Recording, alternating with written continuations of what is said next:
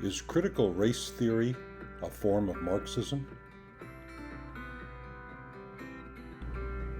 There's been a lot in the news these days about the teaching of critical race theory in our public schools.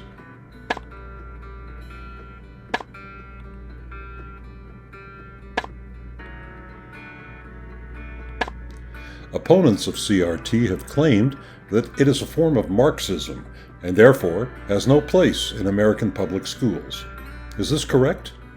Let's have a look. First, let's look at Marxism. In 1848, German political philosopher Karl Marx, along with Friedrich Engels, published a pamphlet titled The Manifesto of the Communist Party. Its content was drawn from Marx's 1847 three-volume tome, Capital, a critique of political economy, also known as Das Kapital.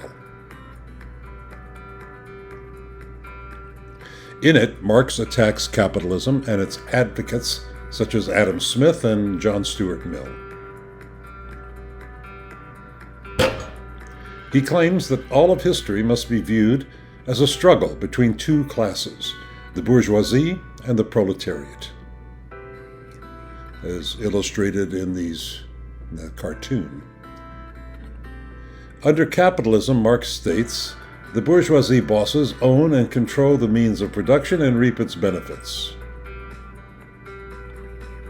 while the exploited proletariat workers provide the physical labor.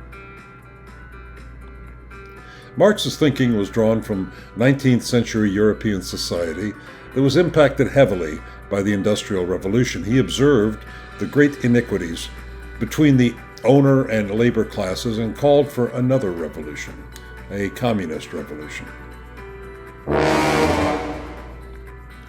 Marx envisioned a dictatorship of the proletariat. Workers of the world unite, you have nothing to lose but your chains, he proclaimed. He envisioned a utopian society where the workers own the means of production, and where the party controls a socialist economy, where prices and wages are set not by a free market based on supply and demand, but by a central committee of workers. There's some illustrations. The workers, yes to real socialism, no to enslaving capitalism. We workers run things now for the common good.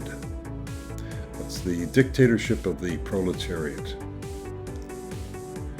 These notions held some appeal in Europe during the second half of the 19th century. Devotees grew in number because Marxism was regarded as a means of breaking out of an unjust society that offered no social mobility. There's a pyramid showing the social classes of Europe at the time, and there was no possibility for an individual to move from one class to another. The idea of a member of the proletariat becoming a member of the bourgeoisie was unimaginable. If your father was a prole, you were condemned to being one too. Yet, despite the emergence of many communist parties across Europe, no Marxist communist revolutions took place in Western or Central Europe during this period. But Marxism finds a home. The appeal of class struggle and communist revolution did take hold in pre-industrial Tsarist Russia, however. Here's a picture of the same hierarchy pyramid in Russia, with the Tsar at the top, the aristocrats, the church, the military, the bourgeoisie, and at the bottom, the poor peasants, farmers, and the proletariat workers. It was here that Lenin led the Bolsheviks, under the banner of Marxism, to overthrow the monarchy and to establish the world's first Marxist state. Here's some artwork from that period. Lenin is quoted as saying, "It is natural for a liberal to speak of democracy in general, but a Marxist will never forget to ask for what class." Marxism is all about classes, class struggle. What about here in the USA? Marxism had its adherents in America, but they were always viewed as being on the political fringe, far from the mainstream. Here's the election of 1904 when socialist Eugene V. Debs ran for president. he did not get a single electoral vote. Marxism did not gain a great deal of traction in the U.S. for one reason. America truly is a home to a classless society. There is social mobility in America. Having discarded the embedded class distinctions of Europe, most Americans have enjoyed social mobility since the nation's beginning. For example, John D. Rockefeller was the son of a poor vagabond carn artist and became the richest man in the world. That could not have happened in Europe or in Russia, only in America. Americans preferred Horatio Alger to Karl Marx. So, a new struggle was needed. American Marxists persisted in their quest for political power. If the notion of class struggle held little appeal, because in America any person can, through education, innovation, and a strong work ethic, become a member of the owner class, then some other sort of struggle was needed. A sort of struggle that focused on a divisive feature that was immutable, unchangeable, and identifiable. That's what was needed. It was time to play the race card.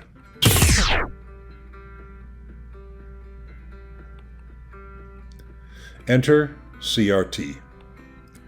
Critical race theory originated at Harvard University Law School in the mid-1970s. The name was coined by Kimberlé Crenshaw, a law professor there at Harvard, and a devotee of Marxist political activist and longtime member of the Communist Party of USA, Angela Davis.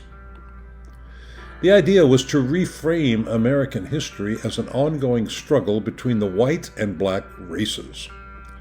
It put forth the notion that even laws that appear to be colorblind are unjust because they produce outcomes that are dictated by white supremacy. Some quotes. "We are a society that has been structured from top to bottom by race. The concept associated with black Marxism that I find most productive is the concept of racial capitalism."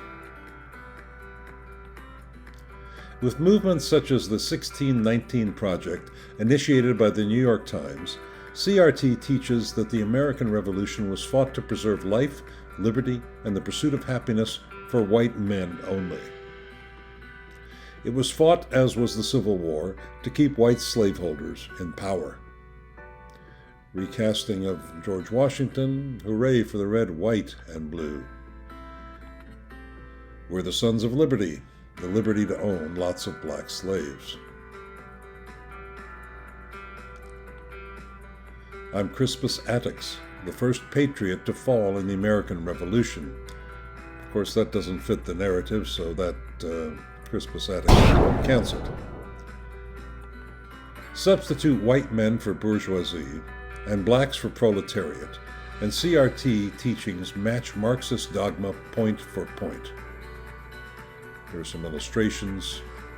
This is CRT, pro-CRT cartoons on the left, and similar ones drawn from communist and socialist, pro-socialist cartoons on the right.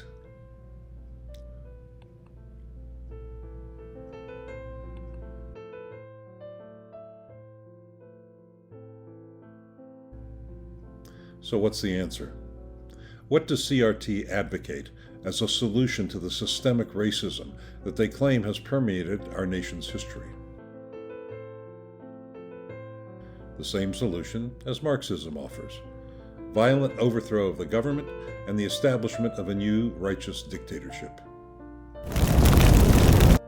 A dictatorship that will enforce equity, an equity that does not refer to equality of opportunity, but rather to equality of outcomes.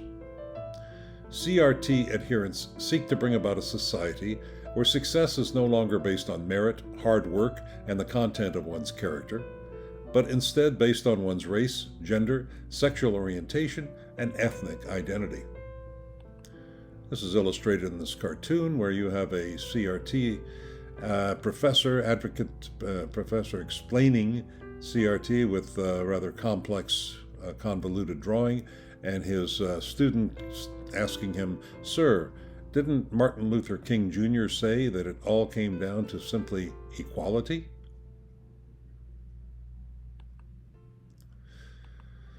So the question remains, should CRT be taught in our schools? I say yes. It should be presented as a modern-day version of a misbegotten ideology known as Marxism, and Marxist communism should be accurately presented as a flawed and failed political movement that has brought poverty, oppression, war, death, and mass misery to millions. This cartoon we see God portrayed as Karl Marx, looking down from communist heaven with the two of his saints, Stalin and Lenin, looking down on Gorbachev, leading the funeral procession for the death of communism. They are saying, "I cannot believe my eyes." While democracy and free market capitalism should be accurately presented as the political and economic systems that have provided the most prosperity to the largest number of people for the longest period of time in human history. Such books as The Power of Capitalism. Here are the flags of the 15 nations in the world today that have the highest standard of living. All are free market capitalist democracies. Conclusion. CRT is warmed over classical Marxism, repackaged for today's undereducated American consumer. It must first be recognized as the dangerous threat that it poses, and then rejected and relegated to its proper place, the dustbin of history.